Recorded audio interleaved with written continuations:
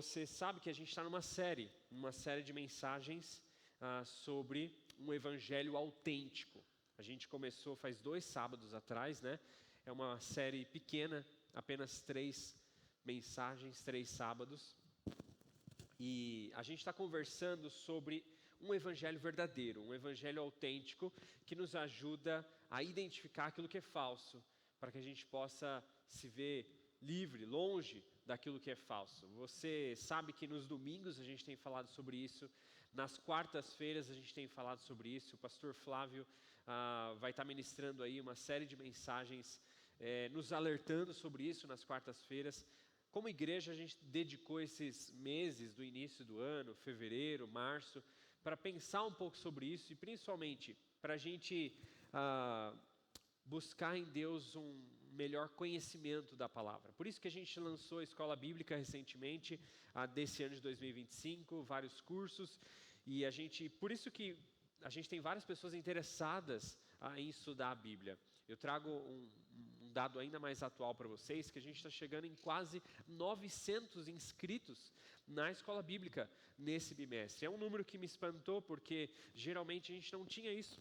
Se você fez algum curso da Escola Bíblica no ano passado, você sabia que a gente tinha ali, juntando todas as turmas, talvez 100, 120 pessoas, mas agora 900 pessoas com desejo de estudar mais sobre a Palavra de Deus. Isso eu creio que é um resultado de muita oração, porque nós como igreja queremos estudar mais a Palavra. A gente quer ser uma igreja pautada na Palavra, sermos uma igreja cristocêntrica, onde Cristo é o centro. Então eu espero que esse seja o seu coração também, e se não, que possa se tornar e que você possa buscar aprender um pouco mais da palavra. Bom,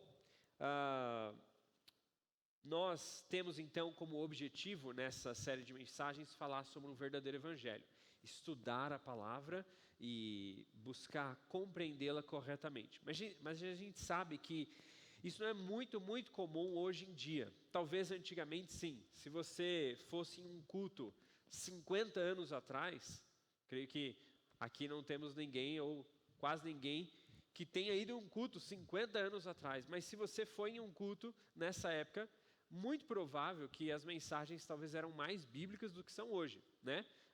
Muito mais Bíblia, muito mais teologia, muito mais conteúdo.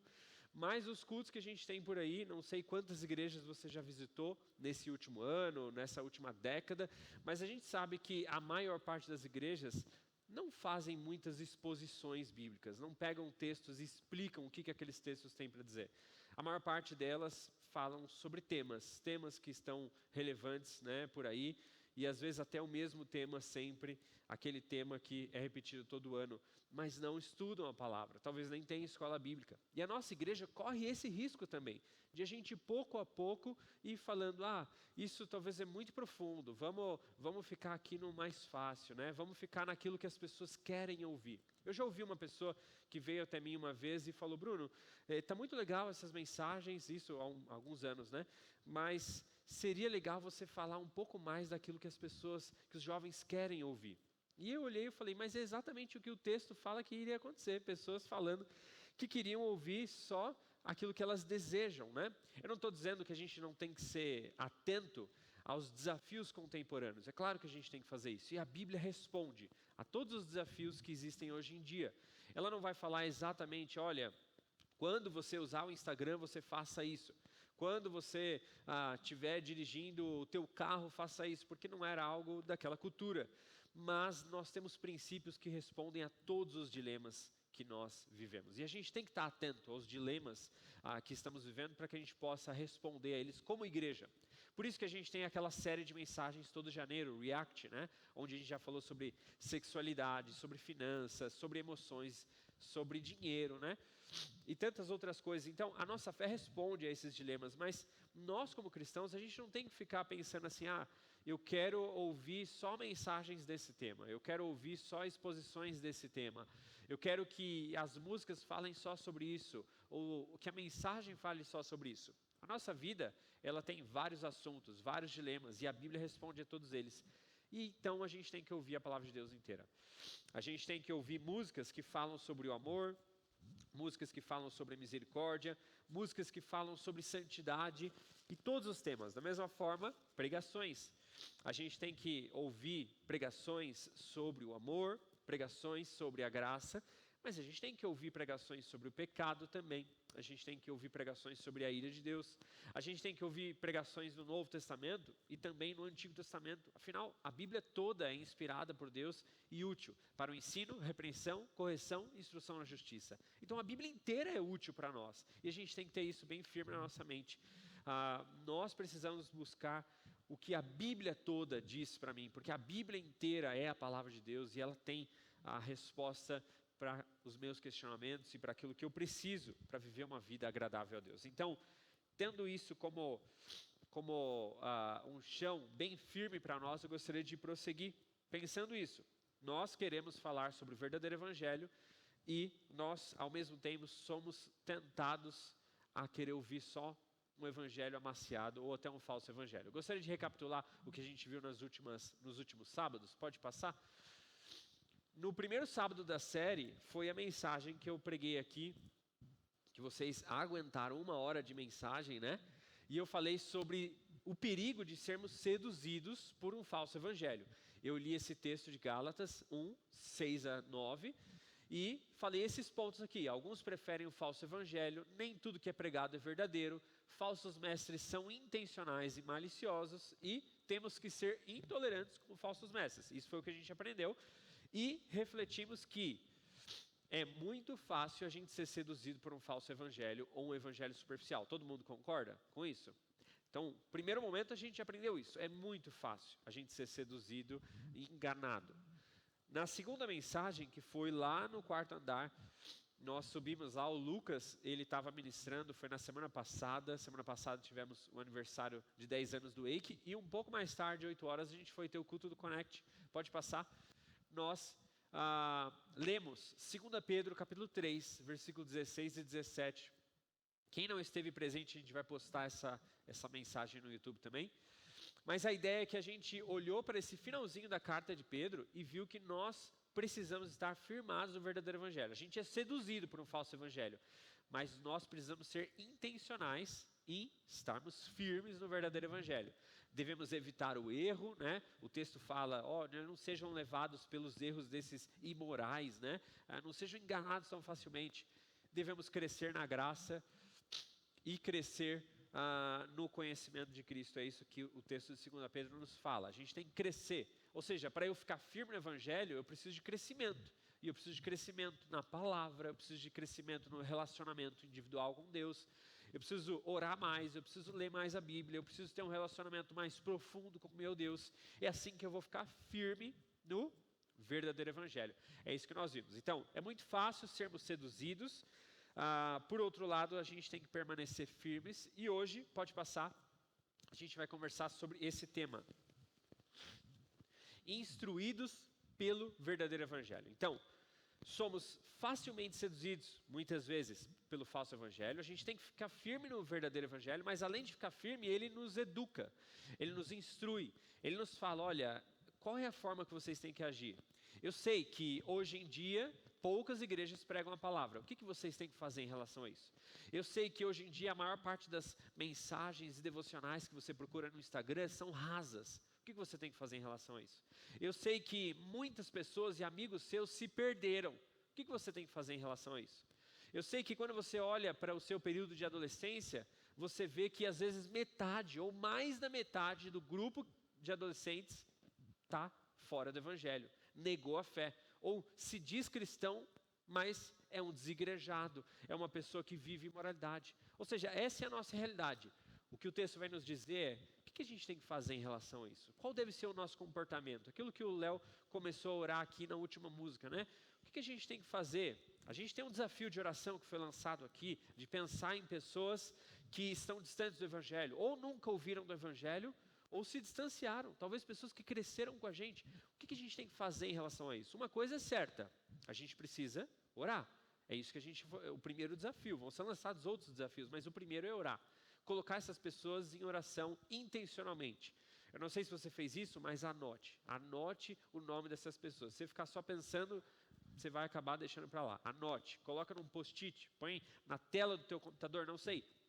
Deus, me ajuda para que todo dia eu olhe o nome dessas pessoas e ore intencionalmente por elas. Eu quero orar, eu quero investir na vida dessas pessoas. Não só, Deus, eu me preocupo com elas. Não, demonstra preocupação, sabe? Ora por elas e demonstra, sabe, atitudes ativas assim, para que você possa ganhar essas pessoas para Cristo. Então, o texto ele vai nos falar sobre tudo isso. Eu gostaria de olhar para ele e juntos nós vermos quais são as instruções que Judas vai nos ensinar aqui. Então, vamos lá, abre aí o texto, ou se você quiser, acompanha comigo aí na tela. Não tem um capítulo ali, porque é um livro de um capítulo só, então está só o versículo ali. Fica bem no finalzinho da Bíblia, você pode encontrar aí, mas você pode acompanhar comigo na tela. Eu vou estar lendo na versão NVI, versículos 20 a 23. Vamos lá. Edifiquem-se, porém, amados, na santíssima fé que vocês têm, orando no Espírito Santo. Mantenham-se no amor de Deus, enquanto esperam que a misericórdia de nosso Senhor Jesus Cristo os leve para a vida eterna. Tenham compaixão daqueles que duvidam. A outros, salvem-nos, arrebatando-os do fogo. A outros ainda mostrem misericórdia com temor, odiando até a roupa contaminada pela carne. Amém? Vamos orar? Senhor Deus, nós estamos aqui diante desse texto bíblico e diante desse tema tão importante que é sermos instruídos a como interagir com aqueles que se desviam, a como não nos desviarmos também, a como permanecermos firmes no Evangelho. Deus, que o Senhor Pai possa falar ao nosso coração, que esse texto seja claro no nosso coração, que a gente possa identificar nele as atitudes que a gente tem que cumprir, as atitudes que a gente tem que exercitar, os cuidados, os alertas que o texto nos fala, e que a gente saia daqui com um coração ainda mais maduro, com ainda mais discernimento, com ainda mais encorajamento da parte do Senhor, para que possamos ser as testemunhas que o Senhor pede que a gente seja, Deus. Deus nos ajuda para que esse tempo final de série sobre o Evangelho autêntico seja proveitoso para o nosso coração e que a gente possa sair daqui animados, encorajados em cumprir a missão que o Senhor nos dá, de proclamar o Evangelho, de testemunhar do Evangelho, de exemplificar o Evangelho para a vida das outras pessoas. Deus nos ajuda nisso. Derrama a Tua graça sobre as nossas vidas, tira toda a distração do nosso meio nessa noite, e que a gente possa assimilar com eficiência o que o texto está nos dizendo. Em nome de Jesus. Amém. Muito bem. Antes da gente entrar nas instruções do texto, eu queria dar um breve contexto para vocês. Eu não sei aqui quantos já leram o livro de Judas, né? Quem não leu, pode ler hoje mesmo, né? Aqui mesmo na igreja, ou quando você chegar em casa, porque é muito pequeno e dá para você ler ele inteiro. E ele traz instruções muito claras, muito práticas e muito relevantes e contemporâneas para os nossos dias atuais também. Então, é um livro muito importante, mas que alguns às vezes ignoram, negligenciam. Mas ele é um livro muito importante. Ele foi escrito pelo irmão de Jesus, Judas, né? A gente sabe que Jesus tinha alguns meio-irmãos, né? Ele tinha ali Tiago, por exemplo, tinha Judas e alguns outros irmãos. E esses irmãos, inclusive, eles não reconheceram o senhorio de Jesus durante boa parte da vida de Jesus. Eles não reconheceram. Eles olhavam para tudo aquilo, talvez respeitavam o seu irmão, mas não reconheciam o senhorio dele. Mas após a sua morte e ressurreição, aí o Espírito Santo abriu os olhos deles e Deus usou muito a vida dos irmãos de Jesus. Tiago ali pastoreando a igreja de Jerusalém, Judas também sendo um pregador itinerante, um missionário que alertou e instruiu muito as igrejas. E a gente tem muito que aprender daquilo, do ministério dos irmãos de Jesus. E esse em específico é de Judas, um dos irmãos de Jesus. Ele começa a sua carta dizendo que ele queria falar sobre a salvação. Ele fala, né? Se você olhar aí nos primeiros versículos, pode abrir, você vai ver que ele fala, olha, eu estava no coração de compartilhar sobre a salvação. Mas tem um assunto, tem um tema tão importante, tão preocupante para o meu coração, que eu decidi mudar aquilo que eu ia escrever para vocês, essa carta que eu queria escrever. Porque, olha, eu sei que é muito perigoso o que está acontecendo por aí. Falsos mestres se levantando e eu preciso que vocês fiquem alertas. eu preciso que vocês fiquem alertas. Eu não sei se você já percebeu, mas várias das cartas do Novo Testamento falam sobre os falsos mestres. Então eu espero que você não esteja olhando para esse assunto como algo repetitivo, ruim. Né? O pessoal está falando sobre falso evangelho já há 3 semanas. No domingo está falando sobre isso. Na quarta-feira está falando sobre isso.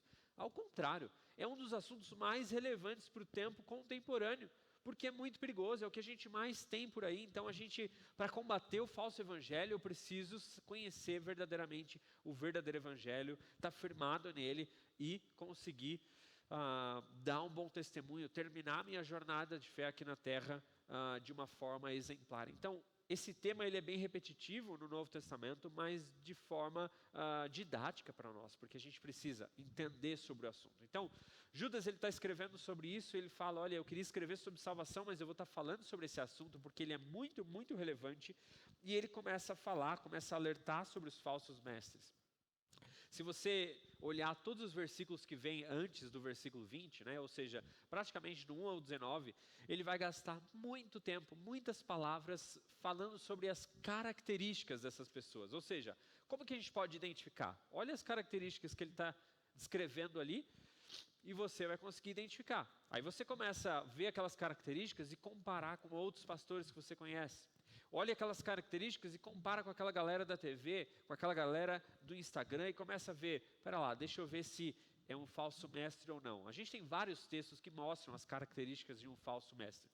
Da mesma forma, a gente tem vários textos que nos mostram as características de um líder segundo o coração de Deus.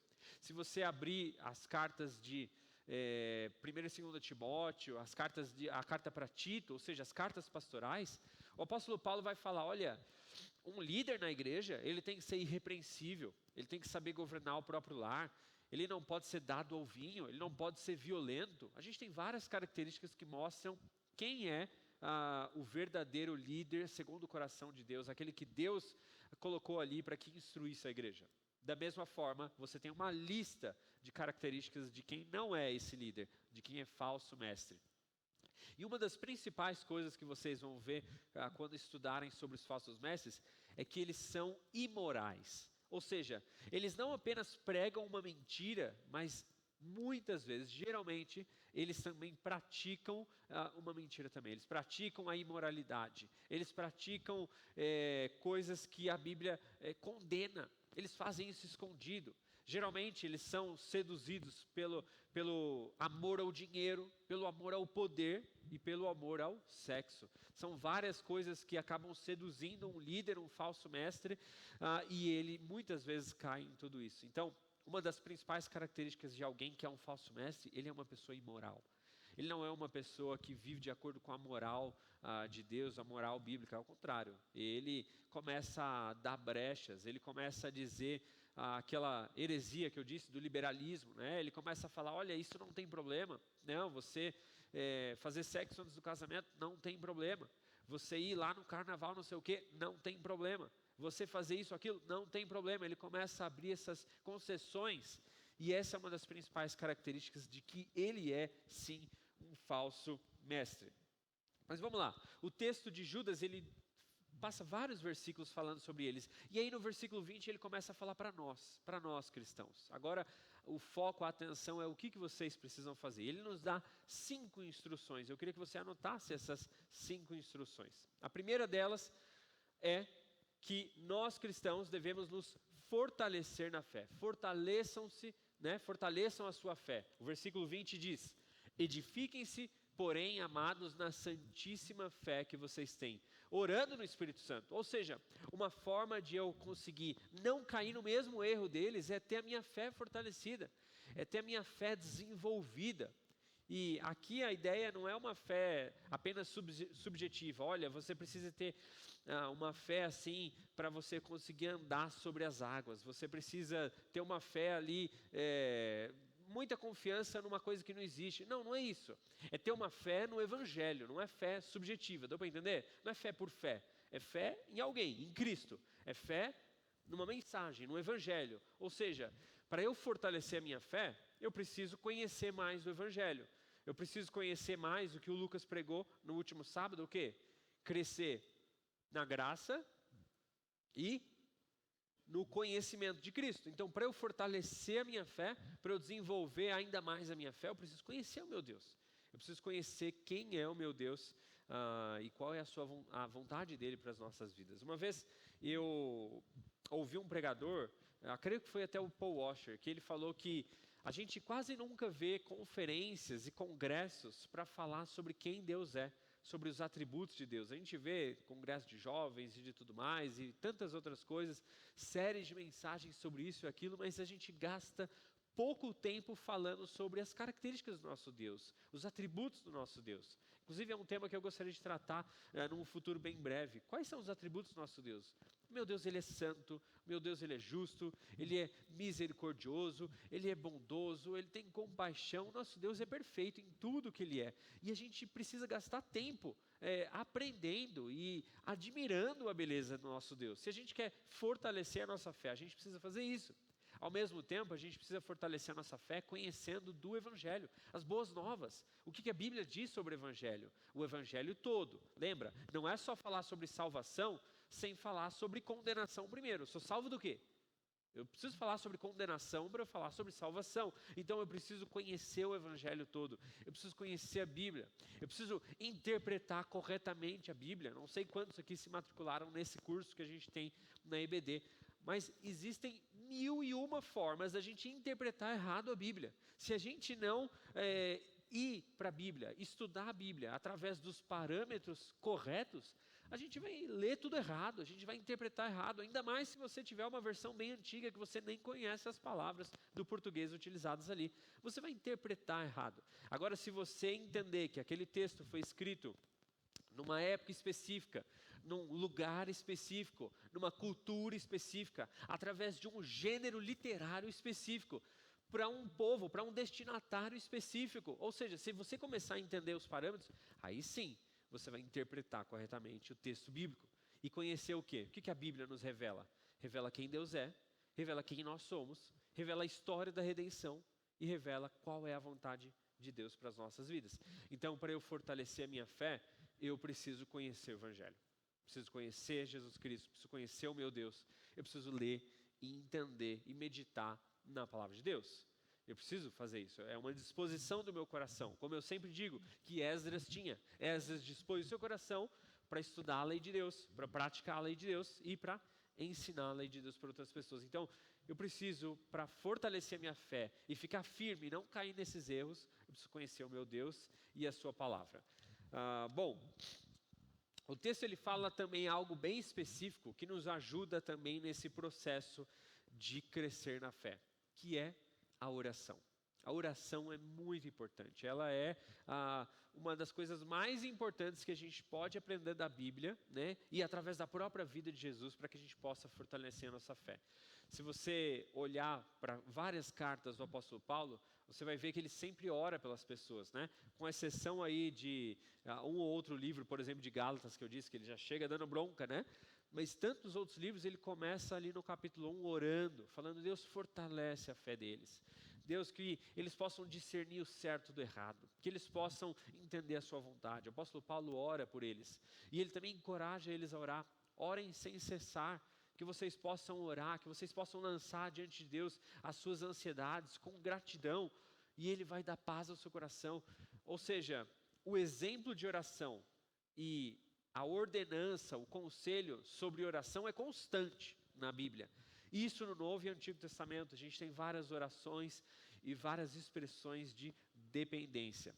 A ideia aqui é que eu vou crescer na fé quando eu conhecer o verdadeiro Evangelho e quando eu orar fervorosamente, orar verdadeiramente. Eu sei que o texto aqui, orando no Espírito Santo, pode até causar um pouco de confusão, como é que eu vou fazer isso, mas a ideia é que esse texto é um contraste com o versículo 19, que dizia que aqueles falsos mestres não tinham o Espírito Santo. Ao contrário, eu tenho o Espírito Santo. Quem não tem o Espírito Santo, não ora segundo a vontade de Deus. Quem não tem o Espírito Santo, não pratica a vontade de Deus. Agora, quem tem o Espírito Santo, ora segundo a vontade de Deus. Ora segundo o coração de Deus, porque o Espírito Santo nos instrui. A ideia aqui é que para a gente crescer e fortalecer a nossa fé, a gente precisa conhecer a Bíblia, a gente precisa ter intimidade com Deus, dependência com Deus através da oração e sermos guiados pelo Espírito Santo.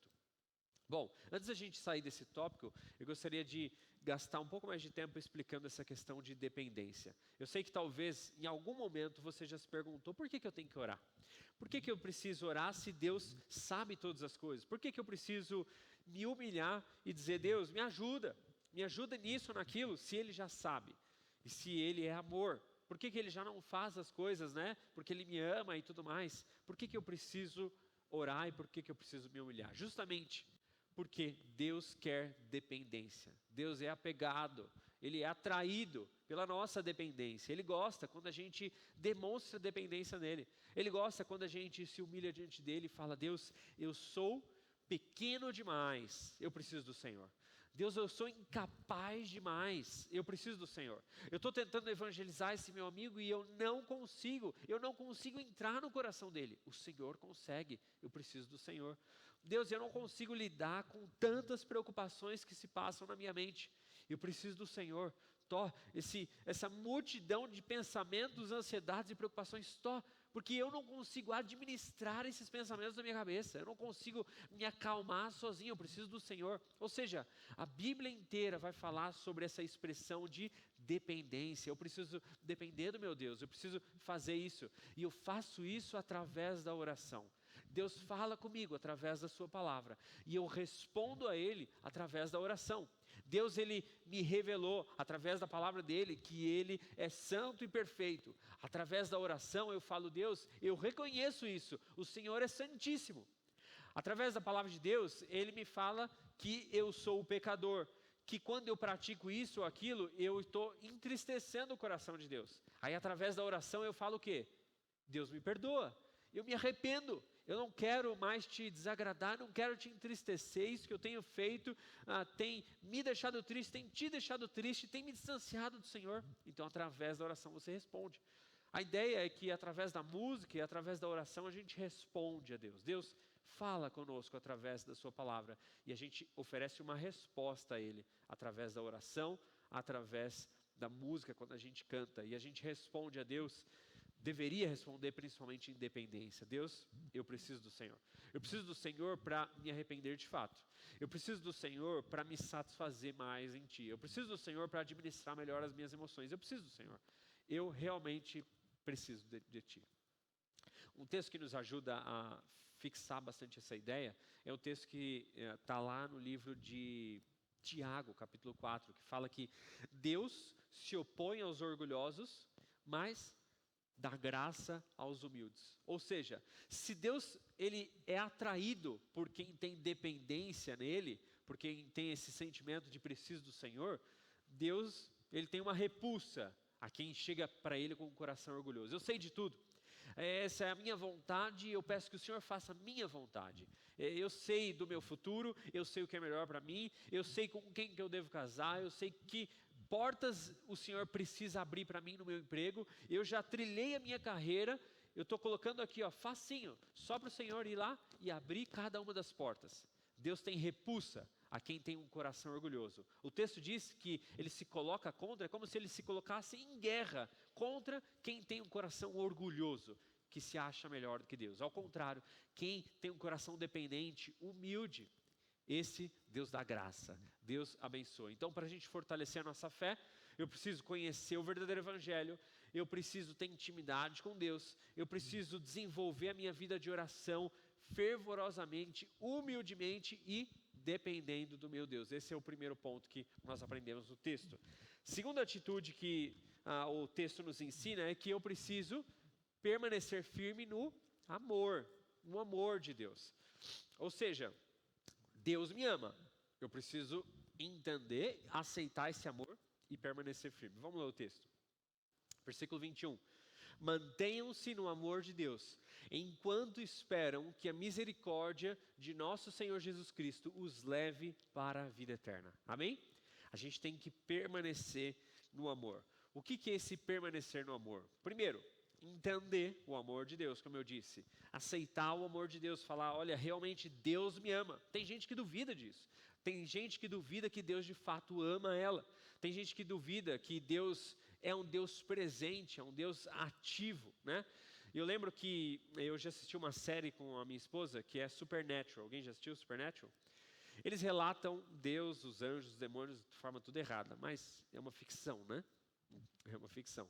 Mas eles relatam Deus de uma forma tudo errada. E relatam Deus, assim, eu não terminei a série, então se você já assistiu tudo, não me dá spoiler. Mas até o ponto onde eu assisti, Deus não existe praticamente ali. Deus criou todas as coisas e entregou os anjos, entregou os demônios, entregou a humanidade. E aí todo mundo clama a Deus. E aí no final os protagonistas eles falam assim, Deus nem existe mesmo. O que a gente está aqui só brigando um com o outro? Deus nem existe, né? Tem muita gente que acredita nisso. Que Deus criou todas as coisas, um mundo perfeito, né? Jogou ali na realidade e deu um passo para trás, saiu, foi fazer outra coisa melhor e deixou as coisas virarem um caos. Acontece que a Bíblia nos revela que a gente vive um aparente caos. Parece um caos, mas na verdade não. Está tudo sob o controle, sobre a soberania de Deus. E a história já está escrita. Se você ler de Gênesis e Apocalipse, você vai ver que tudo o que está acontecendo, Deus já planejou. Deus desenhou a história e Deus já declarou a sua vitória. Ele já declarou a sua vitória, já está escrito. O livro de Apocalipse e tantos outros textos nos mostram que o nosso Deus é vitorioso, ou seja, um aparente caos, uma aparente incerteza que algumas pessoas vivem, a gente não precisa lidar, a gente já sabe o final da história. A gente não precisa mais ficar preocupado, igual quando a gente assiste um filme e fica preocupado se aquele personagem vai morrer ou não. É como se alguém já tivesse contado o final. Não, no final ele vai estar vivo. É exatamente isso, a Bíblia ela nos dá um grande spoiler de que o nosso Deus já venceu, o nosso Deus é vitorioso e isso tem que o quê? Acalmar o nosso coração, isso tem que trazer uma leveza para o nosso coração, tem que trazer uma confiança para o nosso coração. Mantenham-se no amor de Deus enquanto esperam a misericórdia do nosso Senhor Jesus Cristo e os leve para a vida eterna. Isso já está escrito, já está declarado, já está firmado, só basta a gente confiar.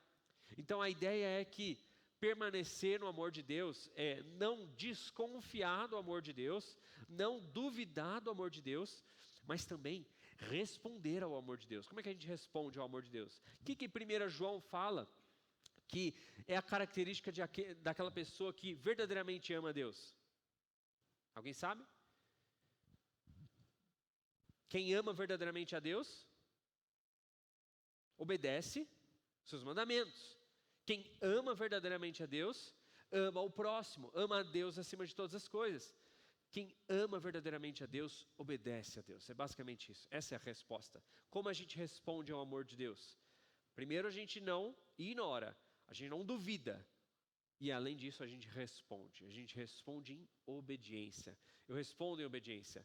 Um exemplo claro de o que é permanecer firme no amor de Deus ou não, é dos próprios discípulos. Por exemplo, ali na última ceia, quando os discípulos estavam ali na mesa junto com Jesus, nós tínhamos, por exemplo, 2 discípulos ali, João e Judas, ambos recebendo o amor de Deus, Deus demonstrando o amor, Deus amando a vida deles, instruindo, investindo tempo, discipulando eles.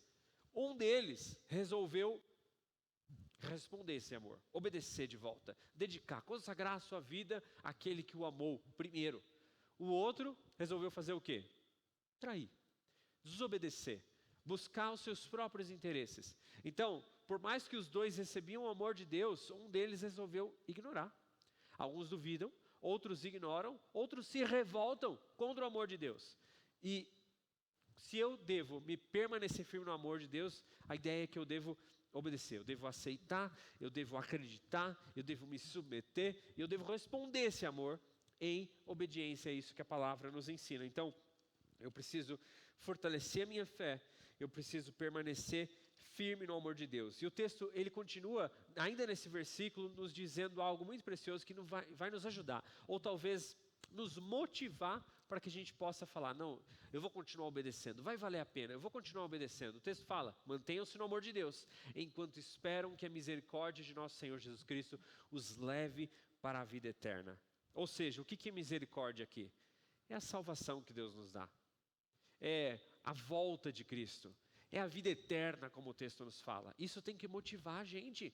Poxa, não é qualquer coisa que Deus está nos dando, é a vida eterna, é a salvação. Não é qualquer amor, não é qualquer pessoa que está nos amando, é o próprio Deus Criador. Isso tem que Tem que produzir alguma coisa no teu coração. Não é possível que você olhe para o amor de Deus, você olha para Ele enviando o seu Filho, o próprio Deus, para morrer no teu lugar, para pagar o preço pelos teus pecados, para te dar a vida eterna, e você fica indiferente. Não faz sentido uma pessoa que encara o amor de Deus verdadeiramente e responde dessa forma.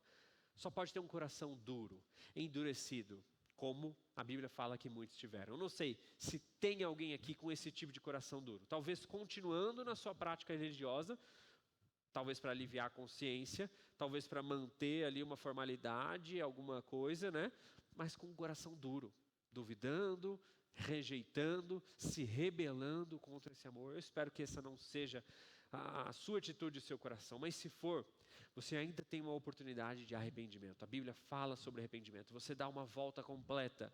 Você fala: Deus, me perdoa porque eu gastei tantos anos da minha vida frequentando uma igreja, frequentando, talvez até lendo um texto ou outro, mas com o coração distante do Senhor.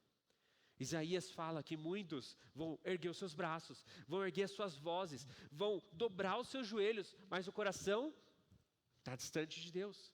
Será que essa é a tua realidade? Será que você estava cantando aqui, a gente estava com uma alta voz, todo mundo cantando, mas tinha corações que estavam longe daqui, corações distantes? Eu espero que não seja o teu.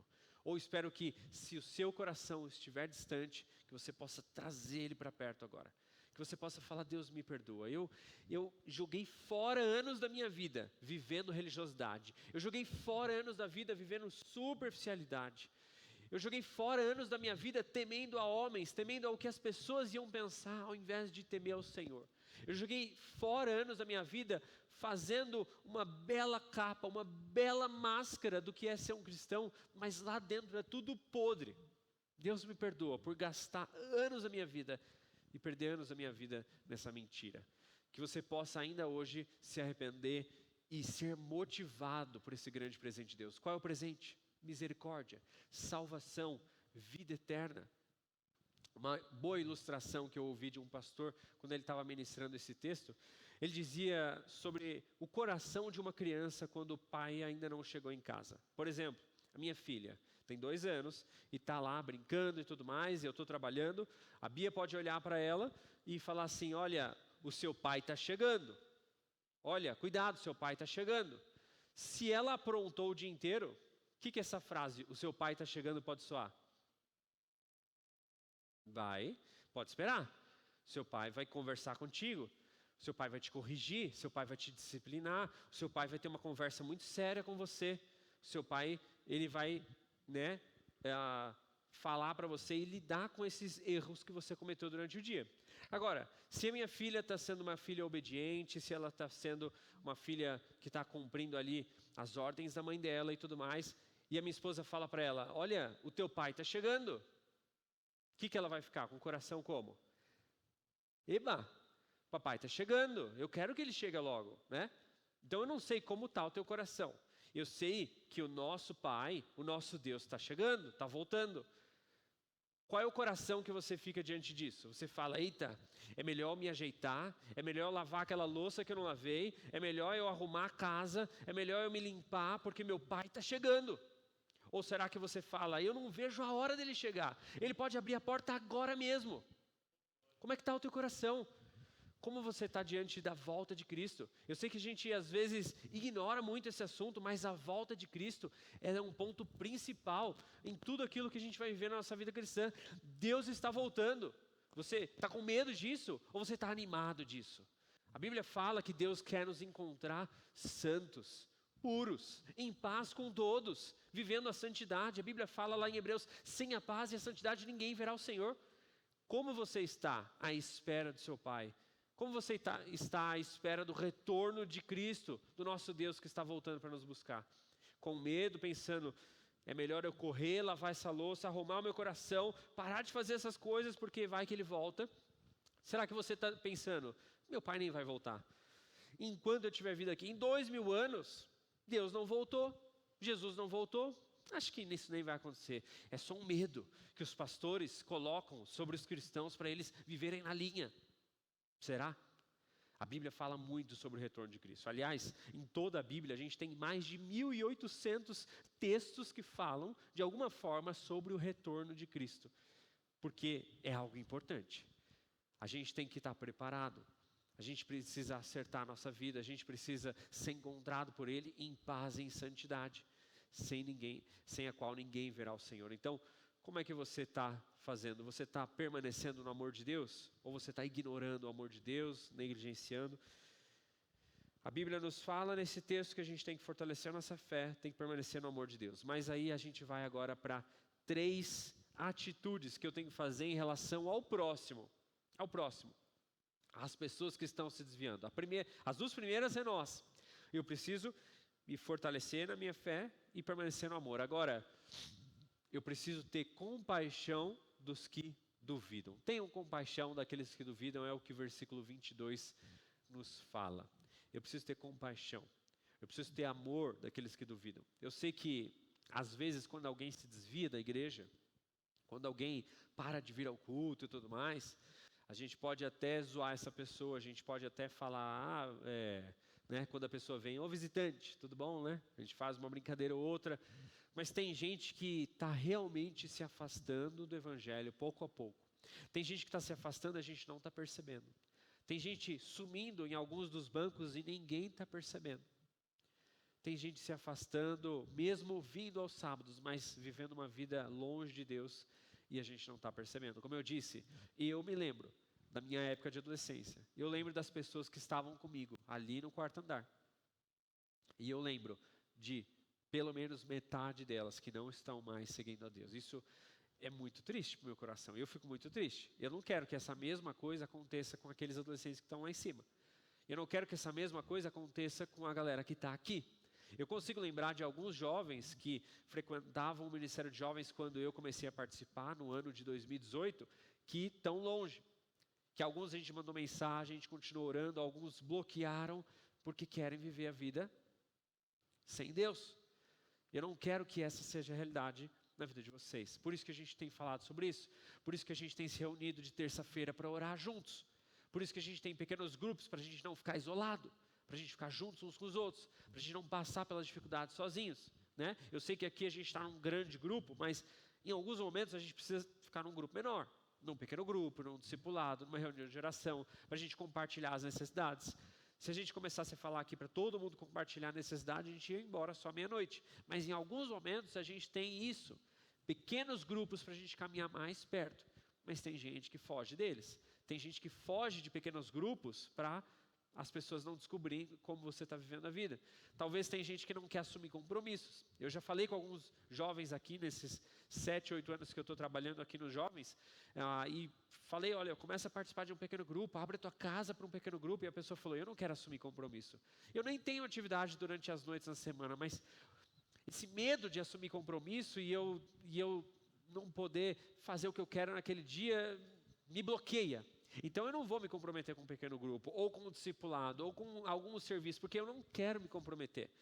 Eu quero poder servir eventualmente. Eu quero poder participar só quando eu quero. Não querem assumir compromisso. Isso é exatamente o contrário do significado de membresia. Eu sei que muitos aqui talvez ainda não são membros, outros a gente foi catando, né? Falando, você está cantando, não é membro, vamos se tornar membro, não sei o que e tal. Mas a ideia da membresia é que você assume compromisso com uma congregação e essa congregação assume um compromisso com você. Não é nem para um boleto, uma coisa do tipo, como algumas igrejas podem fazer aí.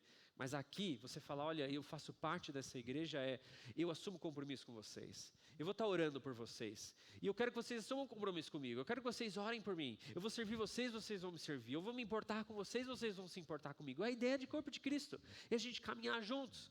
E se a gente caminha juntos, a gente vai perceber quem são as pessoas que estão duvidando do Evangelho. Quem são as pessoas que estão se afastando do Evangelho lentamente? Quem são as pessoas que estão sendo seduzidas por aqueles pregadores da internet? Quem são as pessoas que estão sendo seduzidas pelo seu próprio coração, pelos seus próprios interesses, pelo vislumbre do que uma carreira profissional pode oferecer e a pessoa fala, eu não tenho tempo mais para Deus, eu não tenho tempo para os cristãos, eu não tenho tempo para ler a Bíblia, porque eu preciso crescer profissionalmente. Pessoas que estão tomando pequenas decisões agora que afetam na eternidade. E às vezes a gente não está percebendo. Por isso que esse é um momento, é um culto, para a gente colocar isso diante de Deus. A gente fala, Deus, quem são as pessoas que estão faltando aqui? Quem são as pessoas que estavam aqui e não estão mais? Quem são as pessoas que nunca sentaram aqui, mas estão sentadas do meu lado em 5 anos de faculdade, mas não estão aqui do meu lado? Quem são as pessoas que ainda não frequentaram a minha casa, o meu pequeno grupo, eu não investi na vida delas, mas eu rio e fico conversando com elas no WhatsApp só sobre coisas do dia a dia e não sobre a eternidade? Eu já ouvi um pastor falando que uma boa prática, uma boa rotina para nós cristãos é a gente ler a palavra de Deus por 15 minutos, orar por 15 minutos e compartilhar sobre a nossa fé por 15 minutos, todos os dias. É um alvo pequeno, dá para cumprir, né? Ler a Bíblia por 15 minutos, ou seja, Deus fala conosco. Orar, falar com Deus durante pelo menos 15 minutos. E falar com outro sobre o nosso Deus por 15 minutos. 45 minutos de 24 horas. Será que você está disposto a entregar para Deus? Deus, eu entrego como oferta. Eu entrego uma oferta financeira, mas eu quero entregar o meu tempo. E você sabe que o seu tempo é mais valioso do que o seu dinheiro. Eu quero entregar o meu tempo. 45 minutos por dia para eu escutar a tua voz, para eu responder aquilo que o Senhor me falou, para eu falar sobre o Senhor para as outras pessoas. Se a gente tiver essa disposição, talvez a gente pode ser ainda mais influente na vida de pessoas que no futuro possam estar aqui com a gente. Então, a gente precisa ter compaixão dos que duvidam, daqueles que estão confusos, daqueles que estão sendo seduzidos pelo falso evangelho e pelo seu próprio coração. A gente precisa cuidar dessas pessoas e não condenar, não falar, esse daí se desviou mesmo, esse aí foi para o capeta, essa pessoa aí está entregue, essa pessoa aí ela só quer as suas próprias vontades, e aí você começa a falar mal, você começa a fofocar, ao invés de demonstrar cuidado. Não é condenação, é cuidado, é o que Deus pede de nós, que a gente possa ter cautela.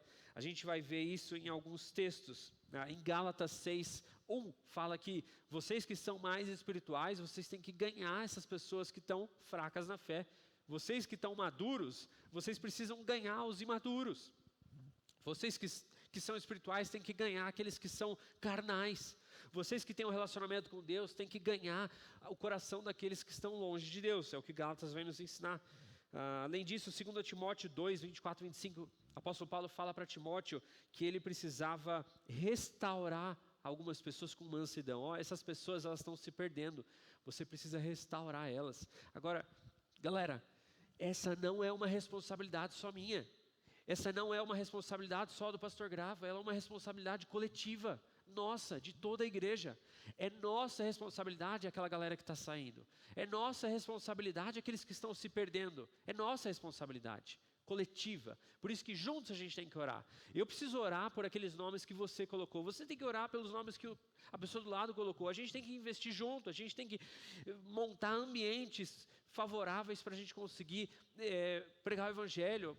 Por exemplo, a Copa Connect que a gente faz, por exemplo, talvez um evento que a gente faz no Watson 8, a gente vai formulando esses ambientes, a gente vai ajudando, a gente vai testemunhando juntos, a gente vai encorajando um ao outro, vai, prega mesmo. Aí uma pessoa fala, olha, eu estou com dificuldade para falar lá no meu trabalho, porque já me chamaram de careta, não sei o quê. Não, vai lá, eu vou junto contigo, vamos marcar, eu trabalho perto do seu trabalho, a gente almoça junto, vamos lá, você me apresenta, eu evangelizo junto com você. É um esforço coletivo. Ele é individual, mas ele pode ser coletivo também. A gente precisa ter essa mesma mente, esse mesmo propósito, ir atrás dessas pessoas, ter compaixão daqueles que têm se afastado, daqueles que têm duvidado do evangelho. Essa galera que tem se afastado são nossos alvos evangelísticos. Esses são os nossos alvos. Talvez aquela pessoa que saiu 3 anos atrás é o nosso alvo evangelístico. A gente precisa investir na vida deles juntos. O que mais? O texto continua e nos fala sobre uma outra atitude. 4ª atitude, resgatem com urgência os que estão se perdendo. Então, tenham compaixão dos que duvidam. É um grupo de pessoas, aqueles que estão duvidando, aqueles que estão sendo seduzidos. Mas tem um outro grupo que já está se perdendo totalmente. Ele não está no início do processo, ele não está começando a duvidar, ele já está ali na chama praticamente, né? Ele já está ali quase perdido. E o que eu tenho que fazer? Resgatar com urgência. Outros, salvem-nos, arrebatando-os do fogo. Deu para entender? Essa ilustração que ele usa, como se você estivesse puxando alguém do fogo. Tipo assim, Aquela pessoa que está se perdendo, você vai com muita cautela, você vai lá falando, você vai orando, você vai convidando a pessoa, você vai se colocando à disposição. Mas quem está ali praticamente já no último estágio, se perdendo, aí não é nem com muita maciez, não. A gente tem que ir arrancar a pessoa do fogo. O que é esse arrancar a pessoa do fogo? É você ser ainda mais direto, é você confrontar, é você exortar.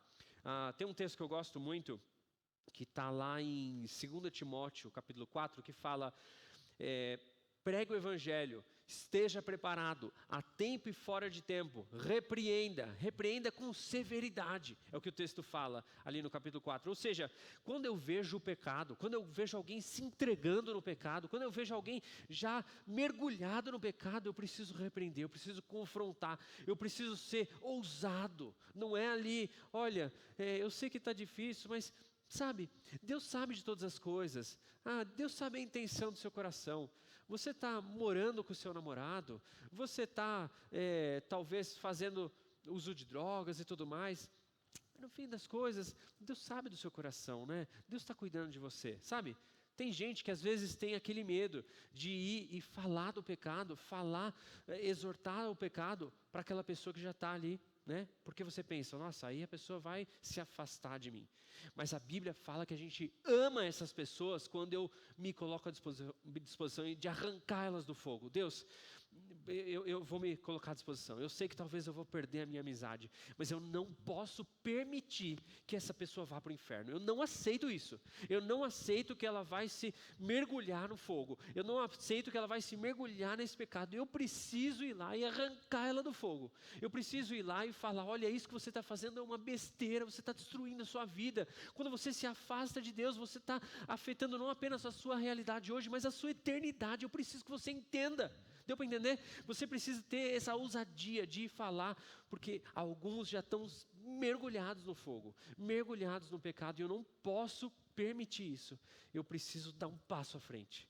Eu preciso amar essas pessoas através desse tipo de atitude. Então, aqueles que estão duvidando, eu preciso ter compaixão, eu preciso ter aquela cautela, eu preciso ir lá, eu preciso ter aquela intencionalidade, mas aqueles que estão se afundando já, eu preciso ter ousadia, eu preciso confrontar, eu preciso exortar, eu preciso dar um choque de realidade no coração daquela pessoa, na mente daquela pessoa e trazer ela, puxar, carregá-la pelas costas, se for necessário, mas eu vou trazer ela para perto de Deus. Eu vou orar todos os dias, eu vou orar de madrugada por essa pessoa, eu vou lá buscar aquela pessoa na casa dela. Você convida talvez, olha, vem cultuar comigo, eu quero você lá no sábado, e a pessoa fala, eu vou, mas o Uber estava caro, eu não fui. Que Uber o quê? Que dinheiro? Cara, abre mão disso, vai buscar a pessoa, investe o teu dinheiro, eu pago o teu Uber. Eu vou lá te buscar, eu pago o teu lanche, eu vou embora junto com você, eu vou sentar do teu lado, eu vou abrir mão do meu rolê naquele dia, porque eu quero você lá junto comigo. Sabe, essa disposição, essa urgência de tirar aquela pessoa do fogo, isso precisa estar no nosso coração. Eu não sei qual é o estágio daquelas 3 pessoas que você começou a orar. Talvez alguns estão no estágio inicial, talvez alguns já estão lá, e você precisa ser urgente. Você precisa tomar uma atitude hoje, se você de fato ama aquela pessoa. Amém? O texto nos fala sobre isso, nos fala em Tiago 5, versículo 20, que quem converte um pecador do erro, salvará ele da morte. Então essa é a realidade que a gente tem que entender. Por último, 5ª atitude, ajudem quem caiu, mas ajude com cautela. A gente precisa ir atrás dessa galera, que estão em estágios diferentes, mas a gente tem que fazer isso com muito temor. O texto fala para a gente fazer isso com temor, e outros ainda mostrem misericórdia com temor, odiando até a roupa contaminada pela carne. Ou seja, o temor aqui é cautela. Vocês precisam ter misericórdia, vocês precisam ter ousadia, vocês precisam ter compaixão, mas com cautela. Que cautela é essa? A cautela de você não cair junto com a pessoa. A Bíblia não fala, você que está de pé, cuidado para que não caia. Então, você vai ser ousado, você vai buscar a pessoa, mas você tem que fazer isso com sabedoria. Você precisa fazer isso quando você está firme. Se você está todo molenga aí na sua fé cristã, não pense você que eu vou lá na balada com aquela pessoa e eu vou resgatar ela. Não vai. vai ser 2 para resgatar, vai ser 2 para ir buscar. Se você não está firme com o Evangelho, se você não está crescendo, é uma pessoa madura, sábia, nem se arrisca. É melhor chamar outra pessoa madura e falar, me ajuda primeiro me discipulando para que eu possa crescer, e me ajuda a ir atrás dessa pessoa, porque eu tenho muito amor, muita compaixão por ela, mas eu não tenho firmeza nas pernas para ir resgatar, eu não tenho força para puxar essa pessoa sozinha, porque eu mesmo estou fraco. Então, a ideia é, eu preciso resgatar essa galera, mas eu preciso fazer isso com cautela, com sabedoria, com discernimento, com maturidade, chamando pessoas junto, né? Compartilhando esses desafios, crescendo juntos. E se você tem percebido que você está fraco na fé, se você tem percebido que você não tem conseguido manter uma vida cotidiana de leitura da palavra, se essa é uma realidade, compartilha, sabe?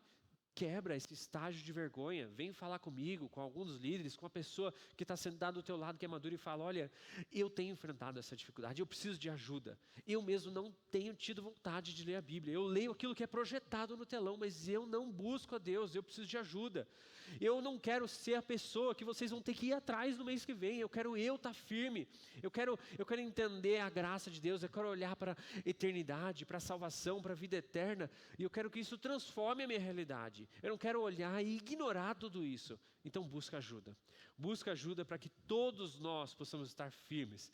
E bem firmes, a gente possa ter compaixão, possa ter sabedoria, possa ir atrás dessa galera que precisa do Evangelho. Amém? Vamos orar sobre isso? Baixe sua cabeça, feche seus olhos. A gente tem várias advertências, várias instruções que o texto nos fala.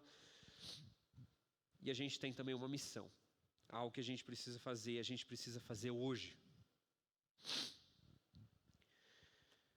Deus, nós nos colocamos diante do Senhor e colocamos junto não só a nossa própria vida, a nossa própria realidade, o nosso próprio coração, mas também todas essas vidas representadas aqui através desses nomes que a gente colocou diante do Senhor.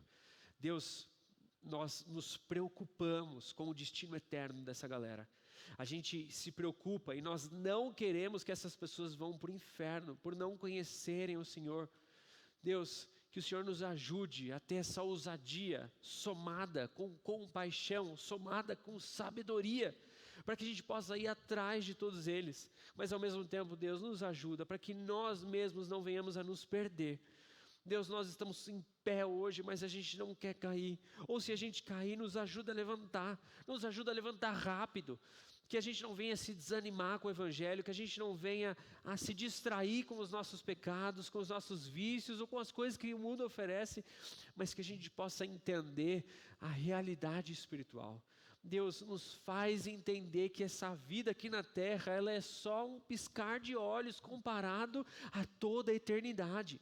Deus, que o Senhor mude e molde o nosso coração para que a gente possa, Pai, entregar nossa vida por completo a Ti. Deus, que no nosso meio não tenham pessoas religiosas, não tenham pessoas que apenas acreditam que Deus existe, mas que tenham pessoas que entregam as suas vidas a Deus. Deus, que essa seja uma realidade. Deus, confronta os corações nesse momento, que cada um de nós possa pedir para que o Senhor sonde o nosso coração, sonde a nossa mente, os nossos pensamentos, traz à nossa memória como tem sido a nossa vida contigo nesse último mês. Deus, que a gente possa ter um verdadeiro arrependimento, que a gente possa se entristecer pelo fato de estarmos distantes do Senhor e que possamos assumir decisões nessa noite. Deus, que a gente não saia daqui sem antes assumir um compromisso contigo, talvez um compromisso também com a igreja, com os irmãos. Olha, eu me comprometo a ler a Bíblia, eu me comprometo a servir o próximo, eu me comprometo a amar o meu próximo, eu me comprometo a orar e a falar com Deus e a acreditar em toda a eternidade, todo o Evangelho. Deus, nos ajuda a tomar essas decisões, esses compromissos, Pai.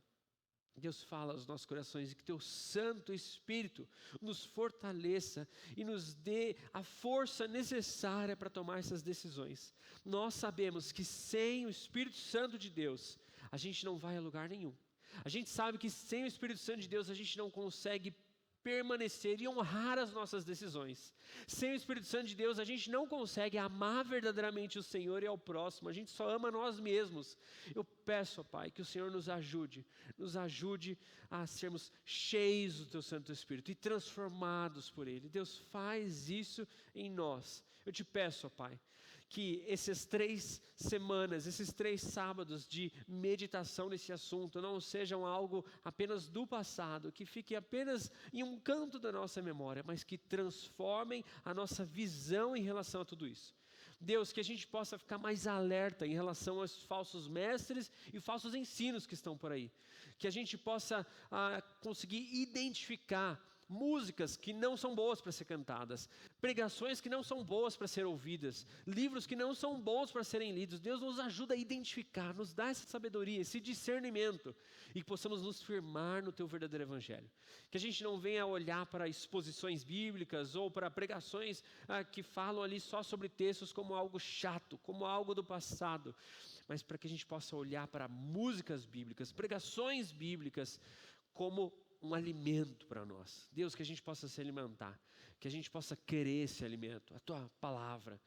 Que, Pai, o Senhor dê a cada um de nós esse sentimento, esse desejo de ler a Tua palavra, meditar nela, praticar ela e ensinar ela para as outras pessoas. Deus, faz isso em nós e que essa geração não venha a se perder como tantas outras. Que o Senhor preserve a vida de cada um de nós e nos use para alcançar, para resgatar, para salvar a vida daqueles que se perderam. Essa é a nossa oração nessa noite, em nome de Jesus. Amém e amém.